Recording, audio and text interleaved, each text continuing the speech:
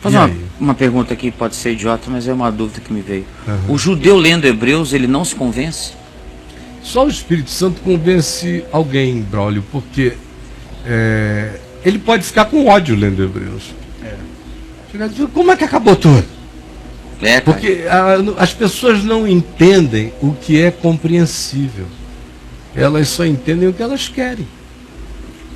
Porque antes do processo de compreensão ser finalizado, a pessoa tem que ser tão verdadeira, sincera e justa com os fatos, com a vida, com a existência e com ela mesma, que a maioria, se assim fosse tão justa, sincera, honesta com a vida e com ela mesma, já nem precisaria de revelação, porque ela já veria a verdade como a verdade é. Mas como a gente não é assim, a gente não é, então só um milagre de Deus planta a verdade em mim, porque tudo em mim não a quer. Tudo em mim não a quer.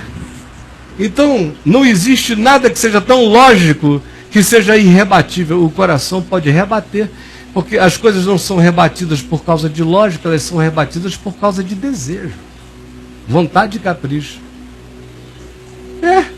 Hoje mesmo a gente estava vendo aí na internet, eu nem postei ainda lá, eu recebi uns 10 posts desses, mas não tive tempo ainda de botar lá. Do indivíduo que diagnosticou o transtorno do déficit de atenção, vem a público, dá uma palavra de testemunho, de esclarecimento, dizendo que ele inventou toda a construção para produzir um diagnóstico. Ele inventou? Ele inventou. Ele está dando e pegou, e a indústria farmacêutica está aí vendendo Ritalina para milhões de pessoas. E o Daniel estava dizendo lá que no corpo da reportagem, ele diz que nos Estados Unidos, para cada 10 garotos, tem um tomando Ritalina. Imagina o que isso significa em termos de faturamento. Então, por que eu estou falando isso nesse contexto antecedente aqui, que não tem nada a ver com esse assunto? Mostrando a falaciosidade do que a gente chama de conhecimento. A falaciosidade. Sim. De fato, a gente vai tomando o que interessa, o que disseram, o que está rolando. O que está rolando. É a energia N. O que foi dogmatizado como sendo o que passa a ser a energia N lá dos cientistas franceses, que só dava para enxergar com o rabo do olho, assim, porque ela não existia. Mas todo mundo que era francês via, quem não era francês não via. Quem era francês tinha um compromisso de enxergar. Todo mundo já tinha achado algum raio. Por que os franceses, que eram o país mais evoluído do mundo no século XIX, não tinham ainda descoberto seu próprio raio, que o parta? Então, meu Deus, vamos descobrir o nosso N, raio N, que só franceses, cientistas franceses viam, ingleses, americanos não enxergavam. Porque você enxerga com seus compromissos, com as suas vaidades, com os seus interesses pré-definidos. Então, quando um cara vai e monta, de fato a palavra é monta uma doutrina, porque doutrinas são montagens, teologia sistemática é montagem, é edição de texto, montagem. Toda teologia sistemática é uma montagem. Por isso é que Deus não tem teologia sistemática, Deus só tem encarnação. Quem quiser entender a palavra de Deus não tem que entender teologia sistemática, tem que ver o movimento encarnado de Deus como homem, tratando a vida, tratando a gente, não para sistematizar uma doutrina, mas para ensinar a gente a ter a mente de Cristo, o entendimento de Cristo, o olhar de Cristo. Meu Deus, isso não é uma teologia, isso é espírito, é verdade. Não é um aprendizado fixo, é uma troca e uma simbiose, onde o nosso ser se converte de fato ao Espírito de Deus, à razão de Deus, à palavra de Deus, à boa nova revelada como vida para eu provar, viver e encarnar. Aí o milagre acontece. Do contrário, a gente está só sempre brincando e brigando com pensamentos e para lá e para cá e vivendo de equívocos em equívocos, e não há nada que seja tão lógico que convença ninguém de coisa alguma, especialmente no que diz respeito à realidade da revelação de Deus, Braulio. Ou vem uma luz divina, ou aquilo que é óbvio passa a ser uma obscuridade, como a gente estava até brincando aqui hoje antes do programa começar, e falando que o óbvio passou a ser a maior de todas as revelações divinas. O óbvio. Porque eu sento aqui, eu, às vezes levanto daqui com vergonha até de ter falado tanto, tão somente apenas o óbvio, o óbvio, o óbvio, o óbvio. Mas o óbvio não está sendo visto, o óbvio não está sendo ensinado. É óbvio? É. Mas enquanto não é enxergado, meu Deus, não é uma via, é uma via obstruída. É claro, é. Mas enquanto não ficar claro para mim, não tem via. O óbvio quer ser a via que é, a via expressa da percepção. É o óbvio. Mas a via expressa, o caminho expresso da percepção, está bloqueado. No nosso caso, pela religião e por tudo que ela traz, o cara não enxerga Cristo, não discerne a palavra. Lê Hebreus, o judeu, e como diz Paulo, escrevendo aos 2 Coríntios, continua um véu posto no entendimento deles. Você já leu isso lá em 2 Coríntios capítulo 3? Não. Paulo diz, do verso 14 em diante, vai embora, até o verso 18, dizendo que até hoje, Em referência a Moisés, né? com relação a Moisés, os judeus, quando leem a Escritura, têm um véu posto nos seus sentidos. O véu, aquele véu de Moisés, o véu da desvanecência.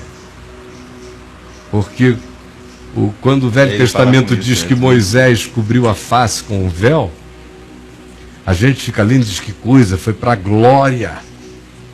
Não ofuscar os filhos de Israel. Aí vem Paulo e tem a ousadia de dizer, não, é porque a religião prefere ter um véu dizendo que lá atrás tem um sol na cara do sujeito, do que ver que aquela luz que iluminou Moisés desapareceu devagar, sumiu. Porque tudo que Moisés trouxe desvaneceria, era ainda para passar, não era o que ficaria. Quem é que quer admitir que está aferrado àquilo que já não é? Que sustenta o que já não é? Que divulga o que já não é? Demanda muita honestidade, muita sinceridade, por isso, só milagre do Espírito Santo para vencer a maldade dos nossos aferramentos à mentira, por causa do nosso capricho, da nossa reputação, ou daquilo que a gente já comprometeu publicamente como convicção pessoal. Então, costumes também. E também orgulhos. Orgulhos, como é que eu vou me explicar agora daqui para frente? Como é que eu vou lidar com isso, com essa mudança no meu paradigma? É verdade. Muito orgulho. Não é todo mundo que prefere ser uma metamorfose. Não, isso é Isso é coisa para Raul Seixas. Coisa para Raul Seixas. Louco. O pessoal não entende que esses aí, às vezes, estão infinitamente mais próximos do reino, os que estão abertos para serem uma metamorfose ambulante, do que esses. Estão fixos na imutabilidade do que nem gera vida e nem faz do cara de vez uma estátua de pedra. Ele fica só nesse limbo aí, não vai a lugar nenhum e não se converte jamais, e fica o tempo todo honrando a Deus com os lábios, enquanto o seu coração está longe dele. Há 8 anos atrás, 9 mais ou menos, minha mãe falou, vai para a igreja, menino, você é muito doido, não sei o quê, aquelas conversas dela. Minha mãe católica. Aí a minha ex-companheira virou para mim e falou assim, vamos lá na igreja, você vai tocar baixo lá. Vai lá tocar, que aí sua mãe fica feliz, a gente também, a gente vai na missa, igreja católica. Aí eu comprei um baixo, que eu tocava, né? Comprei um baixo, fui na igreja. Aí cheguei na igreja com um baixo assim, virei pro cara, seu velho, tá precisando de um baixista aí e tal. Eu sei tocar e eu tenho uns equipamentos de som lá em casa, posso ajudar aqui, a gente faz um mexe-mexe aqui, faz um bem bolado. Então o cara falou assim, não, para você tocar aqui com a gente na missa, você precisa fazer um curso preparatório espiritual de não sei quantas meses, uns 4 meses, assim, depois que você fizer esse curso todo, aí você pode começar a acompanhar a gente aqui. Eu falei, então tá bom. Aí fui embora pra casa. Aí ainda tá bom, ainda Aí- te oferece um curso. Agora tem igreja por aí, antigamente tinha demais assim, né? O Tony lembra bem. Que o cara tinha que passar num exame de admissão moral para pegar numa guitarra, numa bateria, numa qualquer coisa Caio? desse tipo, para tocar lá em cima no palco antigamente. Antes do mundo gospel. aí eu ia tomar Gosto. pau aí nesses. Antes do gospel, gospar a coisa inteira. Antigamente, você não lembra? Senão ele foi afastado, porque nós descobrimos que o namoro dele anda impuro, ele foi afastado do piano para não sujar as teclas, para não contaminar, para não. Orar para consagrar um instrumento eu não entendia, mas a gente consagra nós. Aí iam ali, Senhor, aí consagram as guitarras, consagram as baterias, as baquetas, Os objetos, em os geral. objetos, Em geral. os adereços Os apetrechos. desse templo, desse santo lugar, essa Arca da Aliança, essas coisas ali de evangélicos, são esses apetrechos do santo lugar. Tudo consagrado. Agora a vida da moçada mesmo, cada uma na bagaça. Mas que eu fui, carrega. aí depois na quinta, eu insisti, cara. Na quinta-feira tinha lá Renovação Carismática, que era uma parada lá que eles têm um movimento agora, né? É meio gospel e tal. O pessoal deitado no chão, cara, um zumbido, uma gritaria. Eu falei, meu Deus, não dou conta.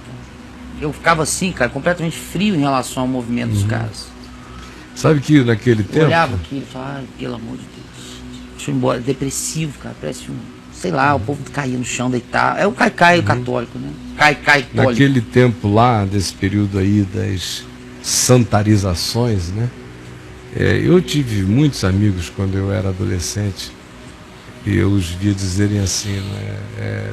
Eu vi o cara não tocando a bateria, não tocando o instrumento, ele estava sempre tocando. Mas o que houve, fulano? Você não quis tocar hoje lá com o pessoal? Aí, como quase todos tinham muita intimidade comigo, né? Porque eu não era flor que se cheirasse, e era meio forçado a estar por ali por causa da família, estava meio na beirada e ao mesmo tempo sabia das coisas. Eles me confessavam, não, hoje não toquei não, porque ontem à noite eu saí na mão. Eu dei uma masturbada. Aí deu uma bronha? Uma bronha e... Aí perdeu. Assim, Perdeu a salvação fiquei para com aquele aquele dia. peso no coração de levantar em mãos puras ao Senhor. Eu hoje não vou tocar. Aí você de fora ficava ouvindo isso. Aí eu digo, meu Deus, Eu nunca vou tocar, não posso então. mais pegar em nada, porque só Deus sabe onde eu ponho a mão, né? Se ele pega nele e ele se sente assim, imagina se eu disser onde eu ponho a minha. Para além de mim. Por aí. Aí eu não posso tocar em mais nada. Não. Mas aí, o que o povo está falando? É isso aí. Não vou tocar hoje não, porque eu já toquei lá em casa. Eu toquei em casa, eu toquei antes. Eu toco em casa, eu toco aqui. Se eu tocar lá, eu não toco aqui. Se eu tocar aqui, eu não posso tocar lá. Ai, Eita. Tem que escolher onde toca. Oh, meu Deus.